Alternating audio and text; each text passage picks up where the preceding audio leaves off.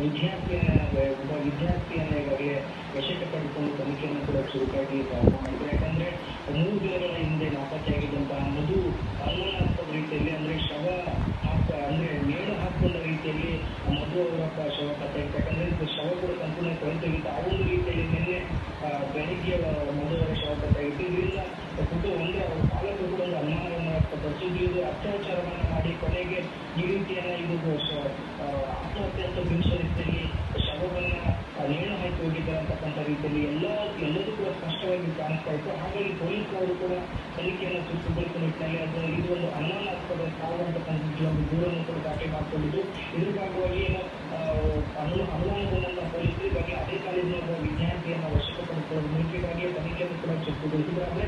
ಅದೇ ರೀತಿಯಾಗಿ ಇದು ಅತ್ಯಾಚಾರ ಪ್ರಕರಣ ಜಸ್ಟಿಸ್ ಫಾರ್ ಮಧು ಅಂತಕ್ಕಂಥ ಅದೇ ಜಿಲ್ಲೆ ಕಾಲೇಜಿನ ವಿದ್ಯಾರ್ಥಿಗಳು ಮತ್ತು ಬೇರೆ ಬೇರೆ ಕಾಲೇಜಿನ ವಿದ್ಯಾರ್ಥಿಗಳ ಸ್ಥಳೀಯರನ್ನು ಒಳಗೊಂಡು ಈಗ ಇವತ್ತು ಬೃಹತ್ ಮಟ್ಟದ ಪ್ರತಿಭಟನೆ ಮಾಡಲಿಕ್ಕೆ ಕೂಡ ಮುಂದಾಗಿದೆ. ಈ ಸಂದರ್ಭದಲ್ಲಿ ಪೊಲೀಸರ ಮನವೊಲಿಕೆ, ಯಾಕಂದ್ರೆ ಇಂಥ ಸಂದರ್ಭದಲ್ಲಿ ಪ್ರತಿಭಟನೆ ಮಾಡೋದು ಸರಿಯಲ್ಲ ಅಂತ ಹೇಳಿದ ಮೇಲೆ ವಿದ್ಯಾರ್ಥಿಗಳು ಮತ್ತು ಸ್ಥಳೀಯರು ಈಗ ಶಾಂತ ರೀತಿಯಾಗಿ ಕ್ಯಾಂಡಲ್ ಮುಚ್ಚುವ ಮೂಲಕ ಮಧು ಅವರ ಆತ್ಮಕ್ಕೆ ಶಾಂತಿ ಸಿಗುವ ನಿಟ್ಟಿನಲ್ಲಿ ಒಂದು ಶ್ರದ್ಧಾಂಜಲಿ ಸಭೆಯನ್ನು ಮಾಡಿದ್ರು. ಆದರೆ ಇದು ಒಂದು ಅತ್ಯಾಚಾರ ಮತ್ತು ಕೊಲೆ ಪ್ರಕರಣದ್ದು ಆದಷ್ಟು ಕೂಡ ಸೂಕ್ತ ರೀತಿಯಲ್ಲಿ ತನಿಖೆ ಮಾಡಿ ತಪ್ಪಿತಸ್ಥರಿಗೆ ಕಠಿಣ ಶಿಕ್ಷಣ ಕೊಡಬೇಕು.